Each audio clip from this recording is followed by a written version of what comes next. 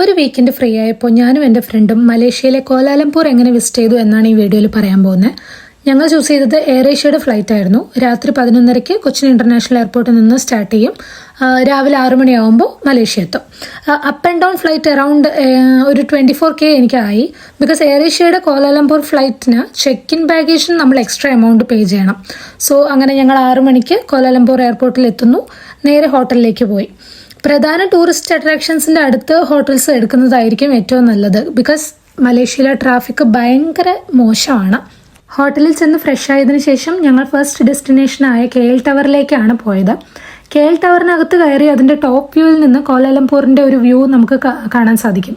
പക്ഷെ ഞങ്ങളുടെ ബഡ്ജറ്റ് അനുവദിക്കാത്തതുകൊണ്ട് ഞങ്ങൾ പോയില്ല. പക്ഷേ ഞങ്ങൾക്ക് ഞങ്ങളുടെ ഹോട്ടലിൽ നിന്ന് ഹോട്ടലിൻ്റെ റൂഫ് ടോപ്പിൽ കയറി കഴിഞ്ഞാൽ ഏകദേശം ഈ ഒരു സെയിം വ്യൂ നമ്മൾക്ക് കാണാൻ സാധിക്കുമായിരുന്നു. സോ ഞങ്ങളത് ചൂസ് ചെയ്തില്ല. അവിടെ നിന്ന് നോക്കിയാൽ മെർഡെക്ക 118 എന്ന ബിൽഡിംഗ് നമുക്ക് കാണാൻ സാധിക്കും. അങ്ങനെ KL ടവർ കണ്ടു കഴിഞ്ഞ് ഞങ്ങൾ നേരെ പോയത് KLCC പാർക്കിലേക്കാണ്. മലേഷ്യയിലെ ഏറ്റവും പോപ്പുലർ ആയിട്ടുള്ള പെട്രോണാസ് ട്വിൻ ടവർ ഈ KLCC പാർക്കിലാണ് ഉള്ളത്. അതിനടുത്ത് തന്നെ സൂര്യ KLCC എന്നുള്ളൊരു മോളും ഉണ്ട്. സോ ഞങ്ങൾ ആ മോളിനകത്ത് പോയി ബ്രേക്ക്ഫാസ്റ്റ് ഒക്കെ കഴിച്ച് മോളൊക്കെ ഒന്ന് എക്സ്പ്ലോർ ചെയ്തു. അത് കഴിഞ്ഞ് ഞങ്ങൾ നേരെ പോയത് പെറ്റാലിംഗ് സ്ട്രീറ്റ് മാർക്കറ്റിലേക്കാണ്. വെറൈറ്റീസ് ഓഫ് ഭക്ഷണങ്ങളും ഷോപ്പിംഗ് ചെയ്യാൻ പറ്റിയ ഒരുപാട് കടകളും ഇവിടെ ഉണ്ട്. ചീപ്പ് പ്രൈസിൽ കിട്ടുന്ന ഫസ്റ്റ് കോപ്പി ഐറ്റംസ് ഒക്കെ ഈ പെറ്റാലിംഗ് സ്ട്രീറ്റിലാണ് ഉള്ളത്. അങ്ങനെ അവിടെ ഷോപ്സൊക്കെ എക്സ്പ്ലോർ ചെയ്ത് അവിടെ നിന്ന് ഫുഡൊക്കെ കഴിച്ച് ഈ പെറ്റാലിംഗ് സ്ട്രീറ്റിലൂടെ ഒരു 1 കിലോമീറ്റർ അറൗണ്ട് നടന്നു കഴിഞ്ഞാൽ നമ്മൾ നേരെ സെൻട്രൽ മാർക്കറ്റിൽ എത്താൻ പറ്റും. This is one of the must visit place in Kuala Lumpur.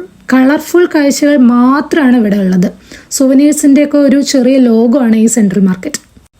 അത് കഴിഞ്ഞ് വൈകുന്നേരം ആകുമ്പോൾ തിയോൻഹു ടെമ്പിൾ എന്ന് പറയുന്ന ഒരു ടെമ്പിൾ ഉണ്ട്. അത് വിസിറ്റ് ചെയ്യാം. ചൈനീസ് കടൽ ദേവതയായ മാസു എന്ന് പറയുന്ന ദേവതയുടെ ടെമ്പിൾ ആണെന്നാണ് പറയപ്പെടുന്നത്. ഈവനിങ് ടൈമിൽ വരുന്നതായിരിക്കും ഏറ്റവും നല്ലത്. ബിക്കോസ് സൺസെറ്റിൻ്റെ ആ ലൈറ്റും ഈ ടെമ്പിളിൻ്റെ ഈ ആംബിയൻസും കൂടെ ബ്ലെൻഡ് ആവുന്ന ഒരു ബ്യൂട്ടിഫുൾ കാഴ്ച നമുക്ക് ഈവനിങ് ടൈമിൽ ഇവിടെ നിന്ന് എക്സ്പീരിയൻസ് ചെയ്യാൻ പറ്റും. അത് കഴിഞ്ഞ് ബർജയ ടൈം സ്ക്വയർ എന്ന മോളിൽ പോവാം.